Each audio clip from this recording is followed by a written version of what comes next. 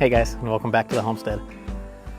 Today, I have a whole heck of a lot of little projects to do and nothing significant. So I wanted to spend most of this video just kind of catching you up on what's been going on. I was out of town for a week, so I try not to advertise that so people don't know when I'm here, when I'm gone. But I was out of town for a week, so we didn't accomplish a bunch last week, and I was not able to produce a video. So this is more of just kind of a catch up of what all happened since the last video. I'm sitting out here on the new patio. In the last video you saw where we tore down the porch. And if you look up over my head right here, you can still see the remnants on the side of the house where we need to do more work to fix that up. But we did have our friends out who own a concrete business, and we had them come and frame up and pour a new concrete pad, enclosing in two old windows and a coal chute. So that was a pretty big deal. But now, instead of that porch, we have a full concrete patio. And in the future, I don't know how far in the future. For all I know, it could be next month, but probably more like in next year. We hope to maybe put a covered awning over this. So let me show you around a little bit about what we've done here. So we started by tilling up the ground so that we could move some of that dirt out, and as you see, we got our concrete patio poured all the way to the end. I still have a little bit of grading work to do out here so that water doesn't flow back towards the house, but the grading of the patio itself is really nice and leans away from the house. So here is the entrance to our basement. Before it was some wood doors that were kind of falling apart. Now it's got no doors, but we will buy a metal cast iron, I think, door, cellar door cover that Emily's been looking at. We had all of our windows replaced and just need to do some work on cleaning up the siding. We will eventually re-side the whole house, but this is where we're at so far. Here's the remnants of having removed the old porch. And what it did was exposed the original 102-year-old soffit. And I thought that was actually really cool. Every soffit you see around the house is covered with this aluminum soffit, so it just looks like your typical standard flat horizontal soffit. But then when you get to the original stuff, it's this cool old beadboard at an angle and everything. I just thought it was neat. I suspect we will probably close it back in anyway, just because that seems like a prime wasp nest location, and we would have to paint it regularly to protect that wood. So maintenance-wise, I think we will probably cover it back up. So what I need to do still is, when we took the porch off, it ripped off that one panel right there. So I do need to close that wall back in, and then I'll take this tar paper right here and I'll nail it down. This tar paper and this piece of metal need to just come off entirely, and then we can have some soffit installed along the edge there. I don't know how soon we'll do that piece, but I definitely want to get things closed up before winter comes along. So here's the door coming out of the kitchen. And there is also a door coming out of the guest room here. So we'll take this aluminum off and get rid of it. But at the time that they installed that aluminum storm door, it is shorter than the actual door. And what they did, I have no clue why they did this, is they put a piece of plywood over it to cover up the transom window. So there's an original transom window just like that can be opened, and it's just hidden behind that. So here soon I'll take this aluminum door off and we'll replace that inner wood door with one that matches, and then open up that transom window to get it exposed again so that we can use it. Next big project will be siding. And as you can see, we did trench in the power underground because it used to come in right here and go to a weatherhead, which is not up to code and also would not allow us to put an awning over this if we wanted to in the future. So we redid a bunch of electrical, trenched in the power, and that allowed us to tear down the porch and pour this patio. So you can see we're kind of doing an order of operations thing. That patio really needed to go, and in order to get rid of it, we wanted to put the power underground so that we could pour a concrete pad. So it's all kind of coming together in order, but a lot to do still. Could really benefit from pressure washing, but I'm gonna wait until I have sealed up all the holes in the wood before I come bring water to the house. Another huge project that we tackled is this driveway. Our driveway was all 1-inch clean rock, and there was nothing really wrong with that except that we kept having to replace it every couple years because the freeze-thaw cycles, we'd lose rock in the ground. So I did that for 3 years before deciding that finally we would invest in this roto mill. This is like a recycled asphalt or a crushed asphalt that comes off highways as they're redoing them. They store it and then they sell it again as a new product. They come out and they compact it, and the existing asphalt that's in there kind of starts to seal back together. It is definitely not the same as a new asphalt driveway. A new asphalt driveway is far more expensive and probably has better longevity than this, but this should be better longevity and better quality. It's definitely better quality, but should be better longevity than the rock. So we did, earlier in the year, we had Chris Trucking Service out here in Lebanon, Illinois, bring out our entire long driveway stretch.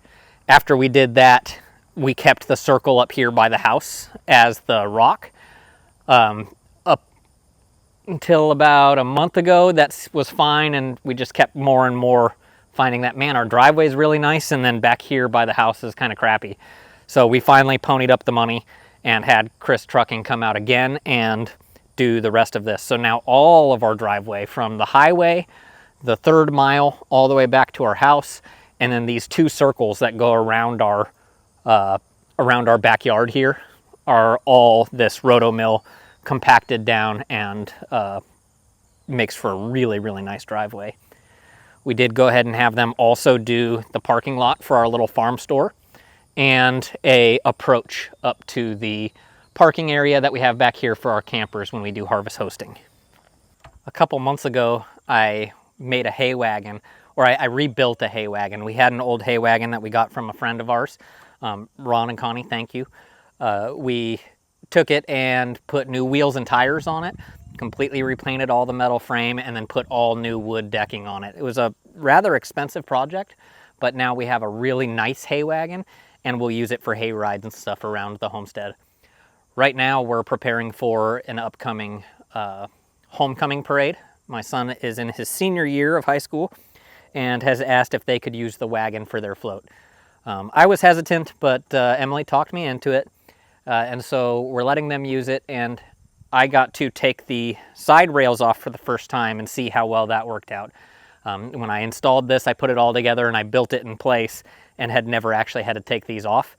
They came off really nice, which is awesome because it creates a nice flatbed. I'll turn the camera over here so you can see it. So now without the sides on it, you can see the really nice big flatbed here. This will be great for a float. We originally built this with hay rides in mind, but it'll be perfectly fine for a float. They have Alice in Wonderland theme, where they're gonna have a big Alice in Wonderland book up here with all the seniors' names in it. Emily and Connor built that on a pallet, so I'll use the tractor to put it up here, and then we'll ratchet strap it down so that I'm not putting any new screws or anything into my nice new hay wagon. So as I mentioned, I need the tractor and the forks in order to put that book up on the hay wagon. So today we have to solve this problem. I don't know exactly what happened. There's a hole in one of these treads, maybe a nail or something that I ran into. And so this tire isn't holding air anymore. It can hold air long enough for me to move the tractor around, but if I need to do any work, it goes flat too fast. So I'm going to put air in this. We're gonna go pull this over onto the concrete pad. We'll jack this up, we'll take this wheel off, and then we'll run into town to go get the tire patched or replaced, depending on what the tire shop suggests. We've been using Best One out of Breeze, Illinois, and I've really, really liked them. They've been really fair and really honest, and so this is not one of those scenarios where I feel like I have to go in there and tell them, no, don't replace the tire, I want it patched. I can go in there and say, do whatever you need to do. I trust that they'll make the right choices for me. I've had them replace a number of tires so far. We did the rear tires for the John Deere D. We did the front tires for the Farmhouse F14. We've done all 4 ag tires on the hay wagon, and there's probably more that I'm forgetting. So I have a lot of the tire on the zero turn. I have a lot of confidence in that place. So let's air this tire up, get this parked, get this wheel off, and then we'll go head into town, take this in, and we can maybe get a few odd jobs done today.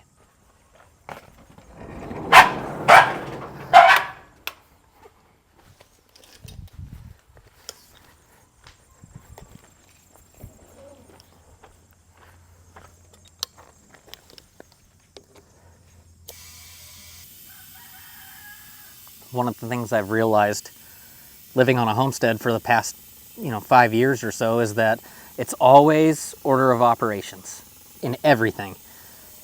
So I've got projects that I need to do. One of the things I need to do those projects is to help finish off with the float, because that's tomorrow. So they need that float done. So I need to help them get that done so that I can go work on the stuff I want to work on. In order to go work on the stuff I want to work on, in order to get the float done, I need the forks on the tractor to go help put that book up on the hay wagon. In order to use the tractor, I need to go get this tire fixed. In order to go get this tire fixed, I need to figure out how much feed we have so I can hit the feed mill while I'm out there. So you see really quickly that homesteading tends to be a lot of order of operations, a lot of, in order to do this, I need to do this, need to do this, need to do this. I actually really enjoy that sort of thing, and it sure makes it a lot of fun for me to think through best processes to be most efficient. But it can also be frustrating when all you want to do is a certain project, but you're held up by 4 dependencies that you have to get done before you can do that. It is what it is, but something to get used to.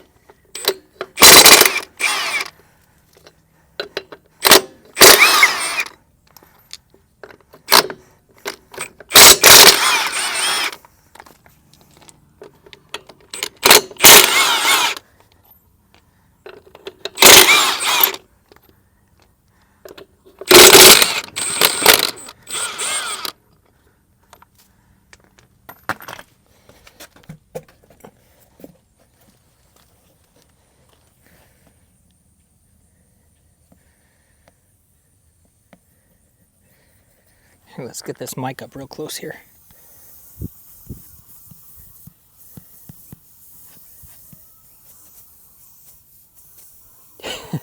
I'm just realizing how ridiculous this probably looks in the camera. Yep, all right.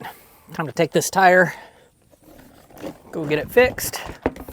Then we'll clean up under here. One thing, this has been one of my favorite purchases.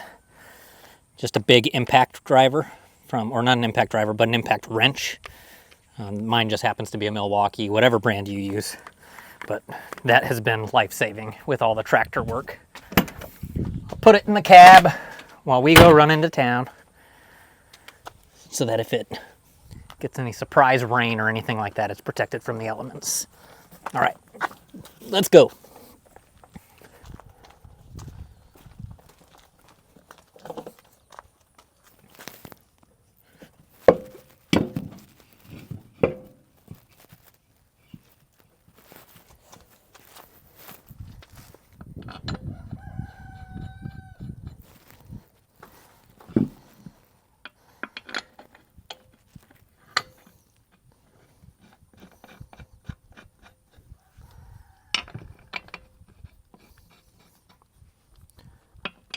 I'm a firm believer in always starting bolts by hand. I have, on too many occasions, tried to use the driver for that and then cross-threaded them, and you get them cross-threaded before you even feel it. So get them started by hand and then you don't have to worry about it.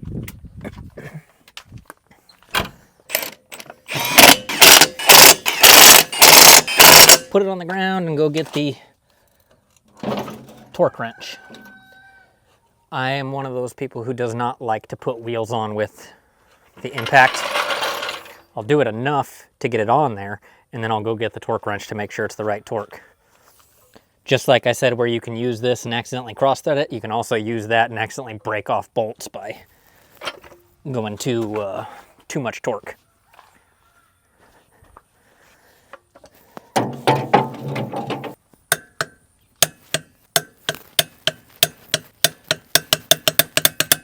Okay, now we're all done with getting this tire back on after getting it repaired. It's time to go hook the truck up to the float and pull it out. It's funny because I told you order of operations, and the whole reason why I was fixing the tractor right now was because I needed to put the forks on it to put the book on the float.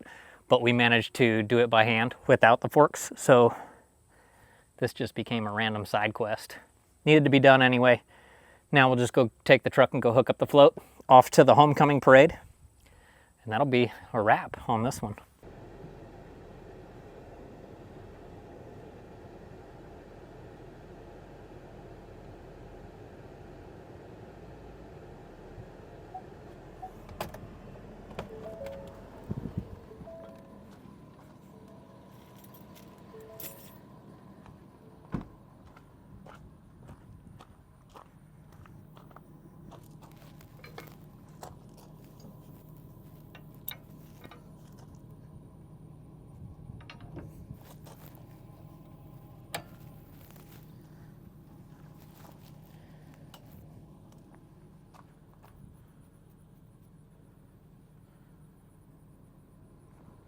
Here we go.